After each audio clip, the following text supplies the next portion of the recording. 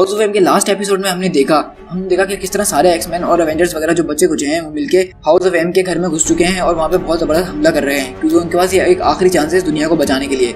वहीं हम देखते हैं कि डॉक्टर स्ट्रेंज अपने एस्ट्रल फील्ड में ढूंढते वांडा मैक्सिमॉफ के पास पहुंचते हैं और उससे बात करने की कोशिश करते हैं। जब वो थोड़ी बात करते हैं तो उनको पता चलता है कि ये पूरी दुनिया बदलने में मैग्नीटो का कोई हाथ नहीं था बल्कि उसके भाई पीटरो का हाथ था, क्योंकि उसका भाई कभी नहीं चाहता था कि एक्समैन और एवेंजर्स आए और उसकी बहन को दूर ले जाएं या उसको मार दें। तो इसलिए उसने वांडा को इस बात के लिए कन्विंस करा कि वो चार्ल्स एक्सेवियर को और अपनी पावर को दोनों को एक साथ इस्तेमाल करे और इस दुनिया को वैसा कर दे जैसा हर कोई चाहता है, यानी हर किसी को वो मिल जाए जो वो चाहता है। लेकिन वहीं दूसरी तरफ जो है लैला और एमा फ्रॉस्ट जो है मैग्नीटो को उसकी याददाश्त वापसी दिला देते हैं, जिसमें मैग्नीटो जो है बहुत ज़्यादा गुस्से में आ जाता है और सीधा अपने बेटे के पास आके एक लफ्ज़ बोलता है कि तुमने मेरा नाम इस्तेमाल करा इन सब चीज़ों के लिए, तुमने मुझे और उसकी पावर को इस्तेमाल करा, मैं ये कभी भी अलाउ नहीं करता। और मैग्नीटो बहुत ज़्यादा गुस्से में था और वो अपने बेटे की जान ले लेता है। ये देख के स्कारलेट विच वहाँ आती है और देखती है कि उसका भाई मरा पड़ा है। तो स्कारलेट विच जो है अपनी पावर्स पे से कंट्रोल खोना शुरू कर देती है और बोलती है कि मैंने आप सबको वो दिया जो आपको चाहिए था, मेरा भाई सही कहता था कि आप हमेशा से एक मॉन्स्टर थे और एक मॉन्स्टर ही रहेंगे। और वांडा जो है बहुत ज़्यादा गुस्से में सिर्फ आखिर में एक यही लफ्ज़ बोलती है कि डैडी नो मोर म्यूटेंट्स। और उसके साथ हम देखते हैं कि दोबारा से एक वाइट लाइट छा जाती है दुनिया पे और दुनिया फिर बदल जाती है। अब आगे हम देखते हैं कि जब दुनिया बदलती है तो सुबह का टाइम है और हम देखते हैं सीधा लैला के घर में, जो कि अपनी विंडो से बाहर आकर निकल के देखती है और वो खुश हो जाती है। वहीं हम दूसरी तरफ स्टार्क टावर के अंदर देखते हैं कि पीटर पार्कर सो रहा है और वो अचानक से उठता है और एमजे पूछती है कि क्या हुआ पीटर, तुम ठीक हो? ये देख के पीटर थोड़ा हैरान हो जाता है कि अब उसको यहाँ पे दोबारा वापसी एमजे नजर आ रही है, ना कि ग्वेन स्टेसी। लेकिन पीटर जो है अपनी बात किसी से शेयर नहीं करता और बोलता है कि मेरे सर में कुछ दर्द है, और ये बोल के वो जो है रूम से बाहर निकल जाता है। फिर हम देखते हैं कि बाहर आके सारे एवेंजर्स बैठे हुए होते हैं और यही डिस्कस कर रहे होते हैं। शी हेल्प बोल रही होती है कि 1 मिनट पहले हम लोग जिनेशा के अंदर लड़ रहे थे और 1 मिनट बाद हम सब यहाँ इस तरह, ये सब हो क्या रहा है आखिर, मैं अपने बेड के अंदर कैसे आ गए, हम तो जिनेशा के अंदर लड़ रहे थे। तो लूक केज पूछता है कि शी हेल्प क्या किसी और के साथ भी ऐसा ही हुआ है? लेकिन फैल्कन बोलता है क्या मतलब जेनिफर, हम कहाँ थे? क्योंकि मुझे तो कंफ्यूजन हो रही है क्योंकि मैं तो जब से यही हूँ और तुम कह रही हो कि हम वहाँ पे थे। तो लूक केज बोलता है कि ज़रा सब्र करो, हम सबको इंतजार कर लेना चाहिए कि सब आ जाएं, उसके बाद हम ये बात शुरू करें। और वो पीटर की तरफ देखता है तो पीटर लूक केज की तरफ देख के बोलता है क्या तुम्हें याद है? तो लूक केज बोलता है हाँ मुझे याद है, क्या तुम ठीक हो एमजे? पीटर बोलता है हाँ एमजे तो है लेकिन उसको कुछ भी याद नहीं है। तो वहीं पे सेंचुरी खड़ा हुआ था और पूछता है कि क्या याद नहीं है? हम देखते हैं देर में आयरन मैन कमरे के अंदर घुसता है और पूछता है कि मुझे ये बताएगा कि ये मीटिंग किसने रखी है? तो स्पाइडरमैन बोलता है चिल्लाते हुए कि मुझे कुछ भी समझ में नहीं आ रहा, मेरा दिमाग फटते जा रहा है, हम एक पल पहले वहाँ पे लड़ रहे थे और अब हम यहाँ, ये सब हो क्या रहा है? तो आयरन मैन पूछता है कहाँ? तो लूक केज बोलता है कि आयरन मैन तुम्हें कुछ भी याद नहीं है? तो आयरन मैन बोलता है क्या मतलब, मुझे क्या याद नहीं है? और जो स्पाइडरमैन है वो बहुत ज़्यादा गुस्सा हो जाता है और टेबल पे अपने हाथ बार बार मार रहा होता है बहुत जोर जोर से, यहाँ तक कि टेबल क्रैक हो जाता है और वो रोना शुरू कर देता है। तो मिस मार्वल आती है, बोलती है पीटर ज़रा रुक जाओ, मेरी बात तो सुनो, अब हर चीज़ नॉर्मल हो गई है, मैंने सही कहा ना, अब हर चीज़ सही हो गई है, तो इसलिए तुम चुप कर जाओ। तो वहाँ हमें पीछे से एक आवाज़ आती है कि नहीं सब कुछ वैसा नहीं है जैसा था। और हम देखते हैं कि डॉक्टर स्ट्रेंज जो है बहुत बुरी हालत में कमरे के अंदर घुसते हैं और ये देख के सारे एवेंजर्स वगैरह हैरान रह जाते हैं। यहाँ सब शिफ्ट हो जाते हैं Xavier schools for gifted youngster, यानी कि चार्ल्स एक्सेवियर का जो घर है। और हम वहाँ देखते हैं कि एमा फ्रॉस्ट बेहोश पड़ी है और वो अचानक से उठती है और उठते हुए सीधा भागती है और वो जैसे ही स्कूल के अंदर जाती है वो चिल्लाती है कि नहीं ये नहीं हो सकता। हम वहाँ देखते हैं कि सारे स्टूडेंट्स गिरे पड़े हैं और हम देख रहे हैं कि यहाँ पे भी वही मंजर है जो हमने अभी एवेंजर्स मेंशन के अंदर देखा।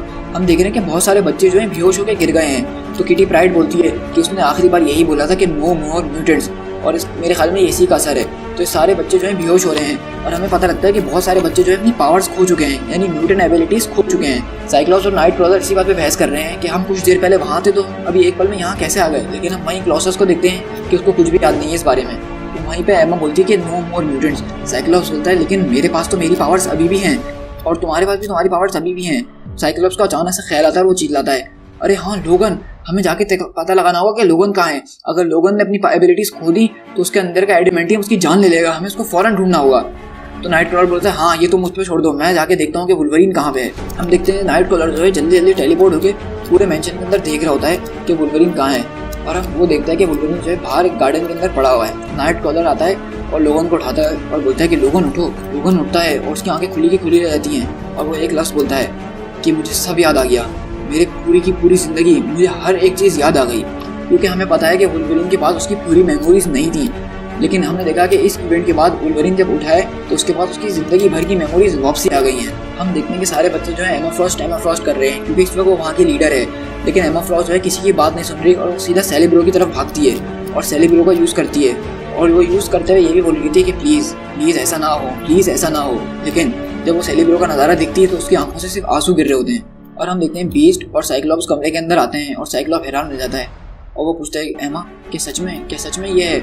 एमा बताती है कि सेलिब्रो को इस्तेमाल करके हम दुनिया भर के म्यूटेंट्स और ह्यूमंस के ऊपर नजर रख सकते हैं, लेकिन असल बात यह है कि अब इस दुनिया के अंदर बहुत ही कम म्यूटेंट्स रह गए हैं। मतलब स्कारलेट विच ने जो नो मोर म्यूटेंट बोला था उसके असर बहुत ज्यादा हुआ है। सिर्फ कुछ ही म्यूटेंट्स हैं इस दुनिया के अंदर जिनके पास अपनी पावर्स हैं। तो बीस्ट ये देख के बोलता है कि हम लोग तो हजारों करोड़ों की तादाद में हुआ करते थे। तो एमा फ्रॉस्ट रोते हुए बोलती है हाँ, हम कभी हजारों करोड़ों की तादाद में हुआ करते थे, लेकिन अब हम बहुत कम हैं। हम लोग एग्जैक्टली सिर्फ 198 म्यूटेंट्स रह गए इस पूरी की पूरी दुनिया में।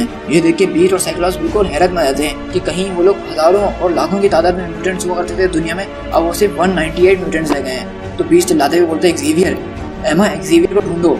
तो एमा जो है फौरन एक्सेवियर को ढूंढने की कोशिश करती है, लेकिन उसको एक्सेवियर नहीं मिलते। तो हम देखते हैं एमा बाहर आती है तो देख के बाहर का नज़ारा एकदम अफसोस में आ जाती है कि बहुत सारे म्यूटेंट्स बच्चे जो हैं अपनी पावर्स खो चुके हैं और बहुत सारे जो बच्चे हैं वो बेहोश हो गए हैं, लेकिन अभी भी कुछ म्यूटेंट्स के पास उनकी पावर्स हैं। तो एमा और एक्समैन को कुछ समझ में नहीं आ रहा था असल में हो क्या रहा है।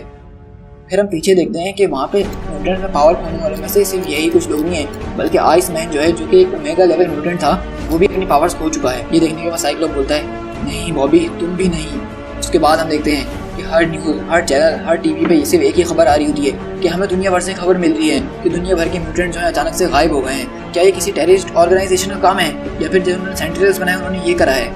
हमें पता लगाना होगा ये सब क्या हो रहा है। हर तरफ हम देख रहे हैं न्यूज़ में यही चर्चा चल रही है और यही सब कुछ चल रहा है। और हम देख रहे हैं न्यूज़ में यही सब चल रहा है कि ये किसी तरह का वायरस है, क्या इसकी जिम्मेदारी किसी ने ली है, क्या इसमें म्यूटेंट, एक्समैन या एवेंजर्स किसी का हाथ है। तो हम देखते हैं ये सारी न्यूज़ जो है एवेंजर्स अपने टावर में बैठ के देख रहे होते हैं और सब अफसोस कर रहे होते हैं कि एक्समैन के साथ ये क्या हो गया है। हम देखते हैं वहाँ पे टोनी स्टार्क और कैप्टन अमेरिका टीवी पे देख रहे होते हैं और वहाँ पे कुछ लोग इस बात से खुश भी हैं और वो ये समझ रहे हैं कि ये, और वो इस बात को लेके ये बोल रहे हैं कि ये जो है म्यूटेंट्स हमेशा से इस दुनिया के ऊपर बोझ थे और ये गॉड ने हमारे साथ इसलिए करा है ताकि ये म्यूटेंट इस दुनिया से खत्म हो जाए।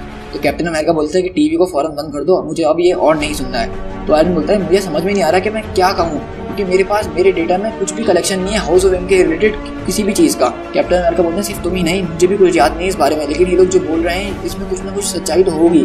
आयरन बोलता है हाँ जाहिर सी बात है, हम तुम पे बिलीव करते हैं, तुम लोग एवेंजर्स हो, हम लोग तुम पे शक कर ही नहीं सकते हैं, हमें तुम्हारी एक एक बात पे यकीन है, लेकिन असल बात मुझे ये समझ में नहीं आ रही कि हमें ये याद क्यों नहीं आ रहा। तो डॉक्टर स्ट्रेंज अपने सर पर करते हुए बोलते हैं मेरे ख्याल से हम लोग जो लोग वहाँ पे थे उस इवेंट पे, यानी जो जिनका माइंड एमा फ्रॉस्ट की साइकिक डिफेंस से प्रोटेक्टेड था और जब मैंने अपना स्पेल कास्ट किया हुआ था, जो लोग उसके अंदर से उनको भी इस इवेंट के बारे में याद है कि वहाँ पे क्या हुआ है। तो लूक केज बोलता है कि हम लोग काफ़ी ज़्यादा लकी हैं, लेकिन स्पाइडरमैन बोलता है तुम बस भी कर दो, मेरे ख्याल से अब मैं तो यहाँ पे बीमार हो जाऊंगा। तो कैप्टन अमेरिका बोलते हैं कि डॉक्टर स्ट्रेंज क्या आप वांडा मैक्सिमॉफ को लोकेट कर सकते हैं?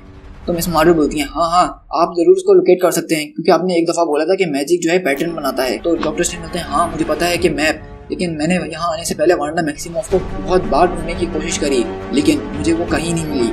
तो आयरन मैन पूछता है क्या डॉक्टर आप ठीक हैं? तो डॉक्टर स्ट्रेंज बोलते हैं कि मैं हूँ मास्टर ऑफ मिस्टिक आर्ट्स और मेरी ड्यूटी बहुत ज़्यादा सिंपल थी कि मुझे इस दुनिया को इस तरह के मिस्टिक अटैक से बचाना है, लेकिन मैं फेल हो गया, भी बहुत बुरी तरीके से। और स्पाइडरमैन बहुत ज़्यादा गुस्से में बोलता है कि डॉक्टर आप मुझे वो सब दिलवा दीजिए मैंने जो वहाँ पे देखा, लेकिन डॉक्टर स्ट्रेंज मना कर देते हैं कि मैं ये सब नहीं कर सकता हूँ। तो लूक केज बोलता है कि आयरन मैन अब हम क्या करें, हम जाके लोगों को बता दें, प्रेस को जाके बता दें कि हमारे साथ सच में क्या हुआ है। आयरन बोलता है क्या मतलब क्या बता दें? तुम्हें लगता है कि वो दुनिया तुम्हारी बातों में यकीन करेगी?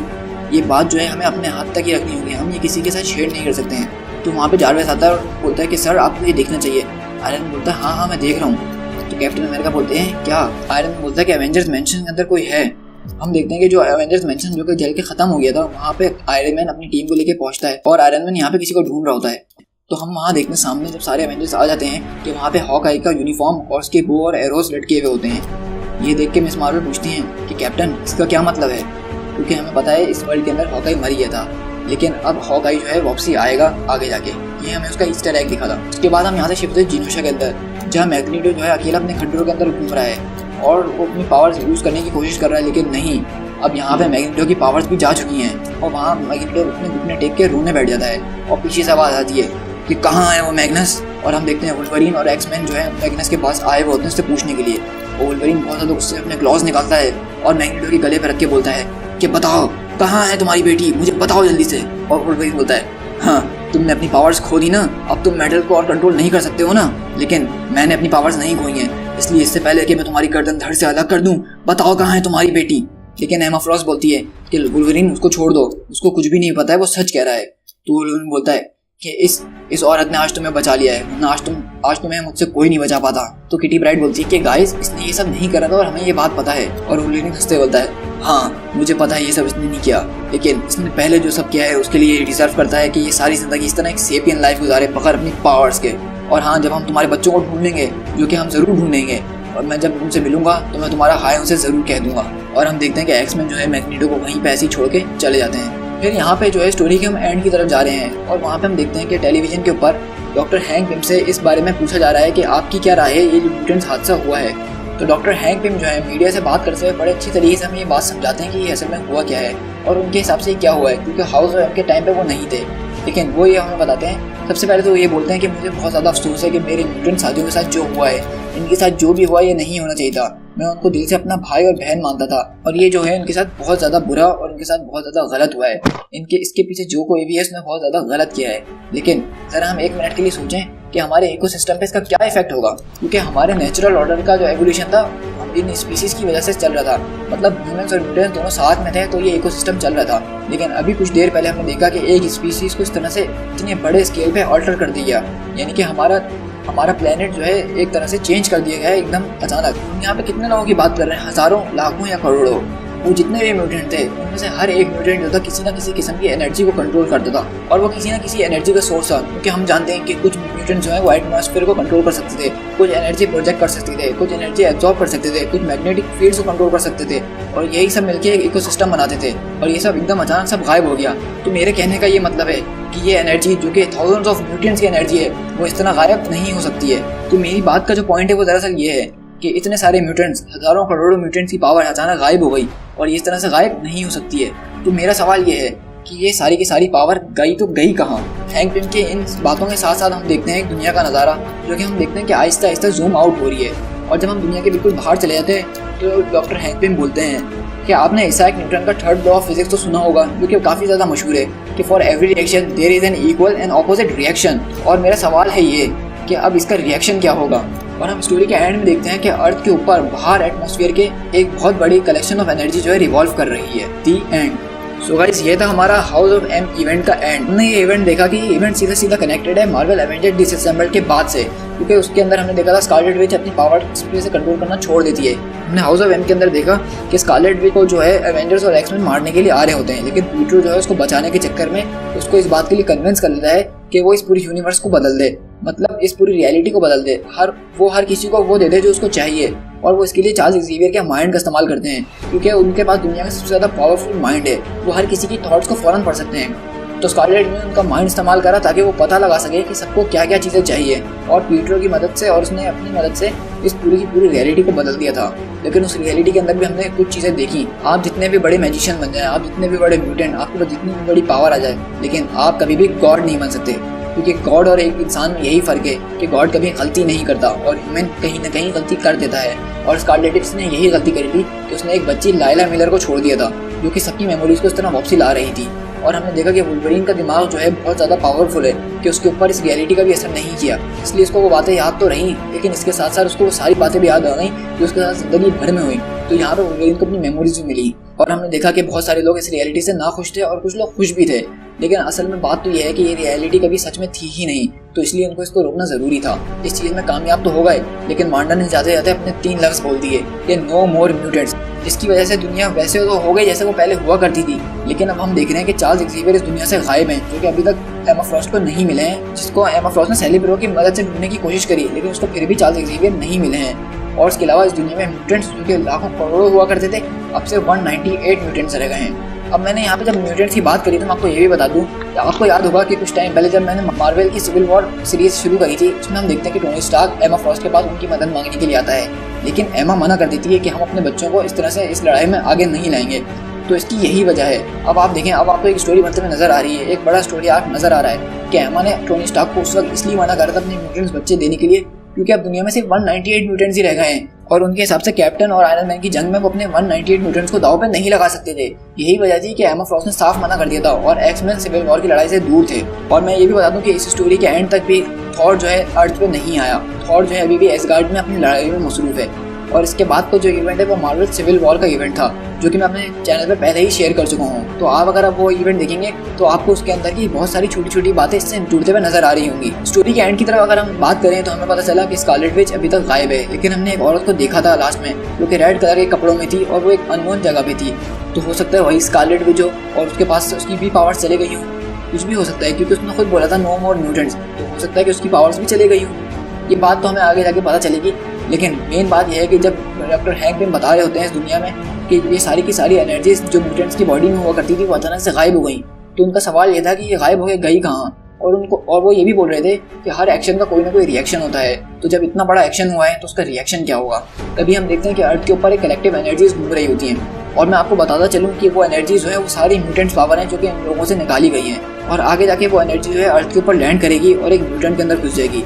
और वो फाइट जो है बहुत ज़्यादा ज़बरदस्त और देखने वाली फाइट है, जो कि न्यू एवेंजर्स की कुछ सीरीज़ के अंदर है। फ्यूचर में मैं वो न्यू एवेंजर्स की वो वाली इश्यूज़ भी ज़रूर आपके साथ शेयर करूँगा जिसमें वो एनर्जी वापस अर्थ पे आएगी। तो आप मुझे कमेंट में ज़रूर बताइएगा कि आप वो वीडियो देखना चाहेंगे, कि आप देखना चाहेंगे कि वो एनर्जी कितनी पावरफुल है सारे म्यूटेंट्स की, और अब आगे क्या होगा म्यूटेंट्स काइंड का। सो गाइस, ये थी हाउस ऑफ एम की सीरीज़ जो कि मैंने आपके साथ 8 एपिसोड्स के अंदर शेयर करी, और मुझे पूरी उम्मीद है कि मैंने ये सीरीज़ आपके साथ बहुत अच्छी तरीके से शेयर करी है और आपको अच्छे से समझ भी आ गई होगी। तो प्लीज़ आप लोग मुझे कमेंट में ज़रूर बताइएगा कि आपको मेरी सीरीज़ कैसी लगी, क्योंकि इस सीरीज़ में मैंने काफ़ी ज़्यादा मेहनत करी है और मैं आपकी तरफ से एक अच्छा रिस्पॉन्स देखना चाहता हूँ। आप लोग मेरी वीडियो पे कमेंट जरूर करिएगा और बताइएगा कि आपको ये सीरीज़ कैसी लगी, और साथ में ये भी बताइएगा कि मैं अगला इवेंट कौन सा शेयर करूँ आपके साथ अपने पेज के ऊपर। सो गाइस, मेरी वीडियोस को लाइक, कमेंट और अपने दोस्तों के साथ शेयर जरूर कर दीजिएगा ताकि वो भी ये ज़बरदस्त और ऑसम मार्वल की सीरीज़ देख सकें। और मेरे चैनल को सब्सक्राइब कर दीजिएगा अगर आपने अभी तक मेरा चैनल सब्सक्राइब नहीं किया, और बेल आइकन दबा दीजिएगा ताकि जब भी मैं नई सीरीज़ या नई वीडियो डालूँ, क्योंकि मैं अपने चैनल पर डालता ही रहता हूँ, वो आपको फौरन से मिल जाए। सो गाइस, मिलते हैं अपनी नेक्स्ट वीडियो में। Till then, thank you.